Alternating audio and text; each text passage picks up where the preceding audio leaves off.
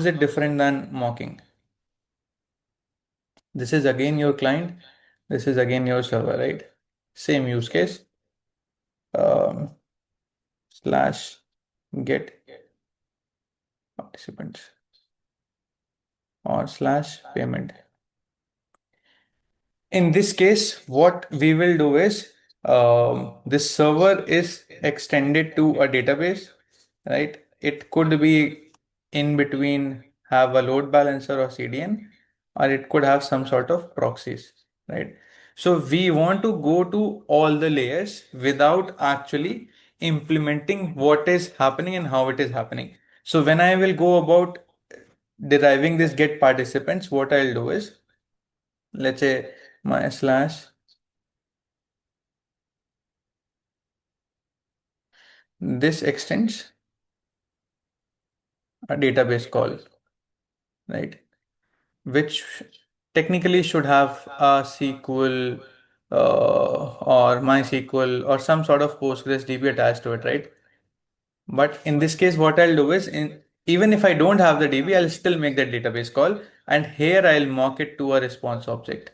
So I am still navigating through all the layers to see if it is making the right set of requests and the processes based on the parameters that we are supposed to follow. Here also we were sending the response object, so sorry, the payload, the request objects in terms of headers and params and all, but we were basically sending it a static value back to it based on what we were sending.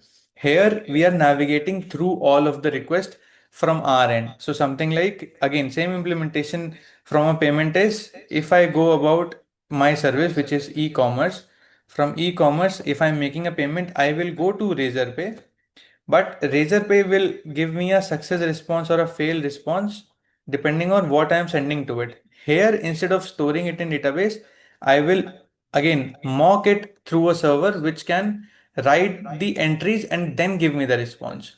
So it will have some sort of latency. Here it could be, let's say, 1 second to 3 seconds. We don't know that because it will depend how the request is traversing, but it could be between this range, assuming. In this case, we knew that, okay, we have to hard code or basically time out this request in within 1 second. So even if I were to make 10 requests, all of the response times will be in 1 second only. It will never exceed that. So your latency technically will be 1 second itself. Here your latency can be from 1 second to 3 seconds depending on what all components are required. The only differentiation at this point would be your throughput between the two implementation layers. Any context, what is latency and what is throughput? Anyone?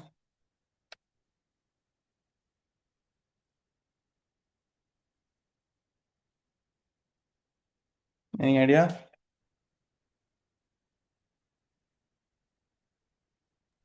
So latency is just time. Okay. Throughput is also time.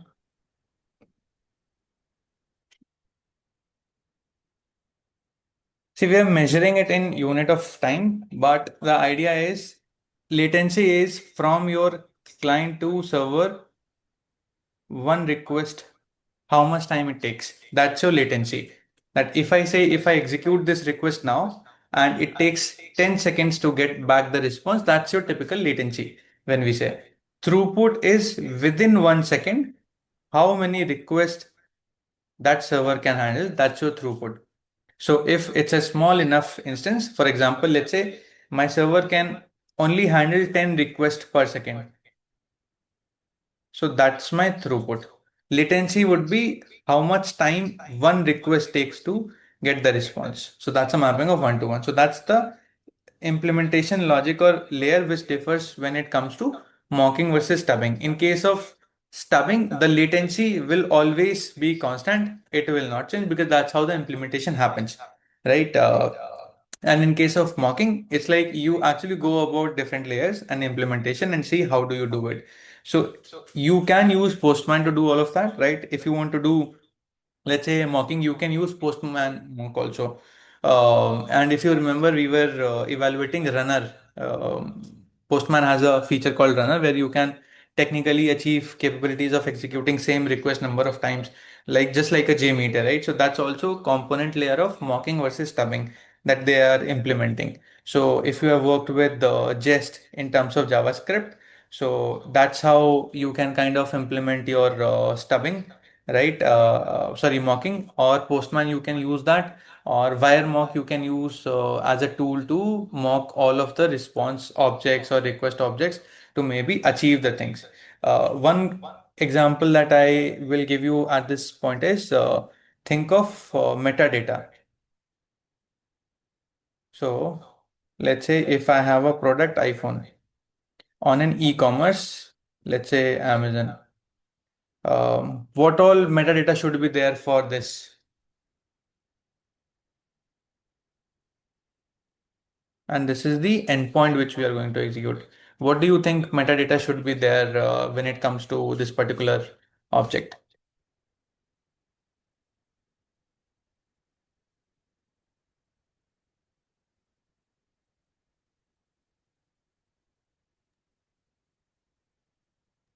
Specifications.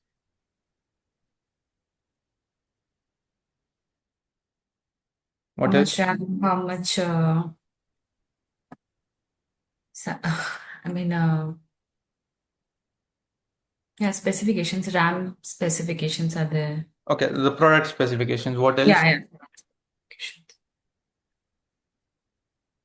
That's your okay reviews and comments, right? Let's say do that. So when I do get iPhone or get product details, right? Let's assume that it is supposed to give me the details of the company for which the product is, the price at which it's selling, the warranty details, the specifications, the images, and the reviews and comments, right? Now think from a perspective when you are automating it or when you are testing it generally. You are not in production and you are doing this capability in your QA environment or in your integration environment or in your local environment or dev environment, right? The companies or the product engineering is implementing it for the first time. Now, at this point, I might have images with me because that will come from design team. I might have, let's say, warranty details or specifications or company details. So pricing is something which might be subjective. It can change. Review and comments is something which we will definitely not have on day one. It will only be there once it goes live and the product is available. So what do we do in this case? My mock or the wireframe of that page, which the design team obviously doing and the developers are following, they will have to implement it on a DOM, right? And each of the layer will technically expose one endpoint or API.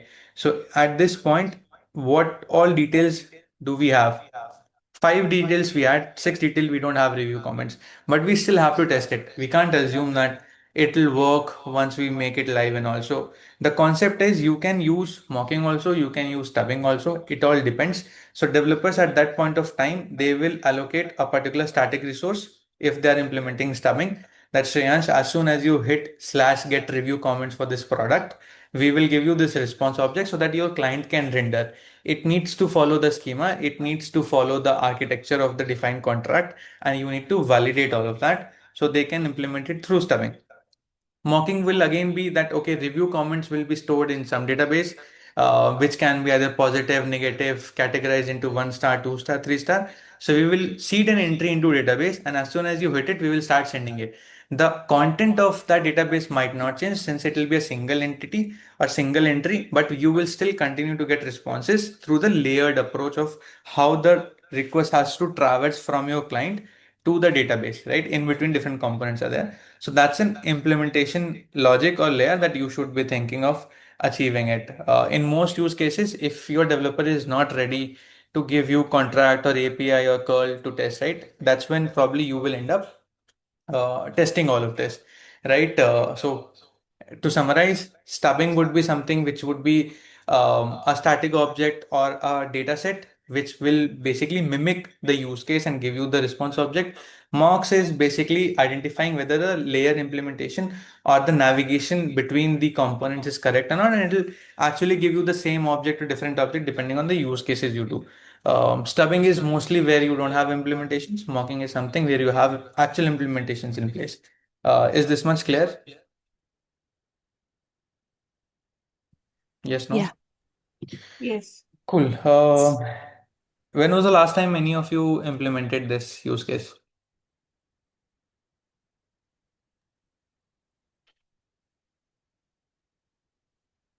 Any idea? Or any instance that you can think of? No? Okay. So Uh, currently we are not doing mocking hmm, because like we already have a backlog of the live APIs. So hmm, that's what we are currently doing. And I guess mocking will be more like a developer's like a thing to do hmm. because basically the back end and front end the sprint wise both starts together. So if Hmm. front end is done, then they have to somehow mock and basically try to accommodate those responses in UI. So they try to do it. Okay. All right. Have you ever used Hotstar, JioCinema, Sony Live, or any OTT platform? Yes. Okay. Do you think there is an implementation layer which basically makes the difference between what you view the content versus what I would view the content? Yes, that's the recommendation layer, Yana. Right. How do you think these recommendation engines are typically tested? So if we go from day zero to day one or day 10, right? When we are implementing it for the first time, what do you think goes behind the scenes where you have to test all of this? How will you test all of this? Same use case, you have a client, think from that perspective. You have a client, basically your APKs, IPAs are provided to you, and then there is a front end developer and then there is a back end developer, right? Front end developer says, I have given you the APK, I have given you the IPA, this is the back end host that we have basically appended in the app, and this will invoke this backend. Backend says, boss, I'm not ready. And now you have to test it. Have all of you been in any sort of a situation?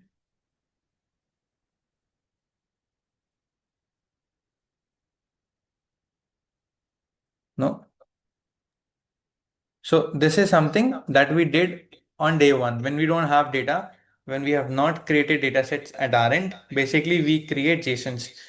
If you do it manually, again, go back to Charles proxy. It's like you will create multiple JSONs depending on personas.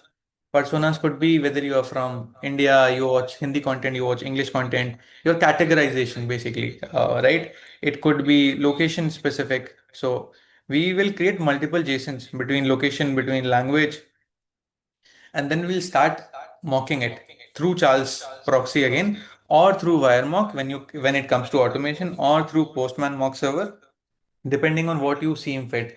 So basically, as soon as I hit this, instead of going to anywhere else, just get me this response object. And at this point, my client should be able to render the key values as it is supposed to. If it's not treating any key value as Boolean, string, integer, it will obviously fail and crash and not render. And that's how you kind of test when the different layers of development are in place. And this is not, again, a little strange that none of you have gotten this chance to implement. But technically, if you do a lot of QA, this is how people on manual QA implement it. They might mock the response, or they might basically attach a JSON all of the time. And this is something that I've also done manually. Or in case of automation, we have something called as wire mock that we will use. So after you have obviously import wire mock, so it's like you start, if you know how Charles works, it works on your local network, right? You attach it to a IP which is 0.0.0 or localhost, right? And then followed by a port which could be 8080 or 8181 or whatever, right? Typically it is with 8080. So all the activity that happens on this port when you go to a browser, whatever you hit, whatever it executes, it starts intercepting that and starts observing it, right? So once you define this and once you start your mock server, you then basically go back and register this port, right? And say, as soon as I hit slash get participant, get me this JSON, and this starts returning you the dataset that you are supposed to render or test or assert on top of it. That's the implementation layer through WireMock. There are different tools you can use. I think again, Postman happens to be one of the widely adopted tools that people use today. I think Bceptor used to be something that people were using. So that's something you can go back and evaluate as well. Well, it's an interesting take. If not automating it, please do go back and check Charles Proxy.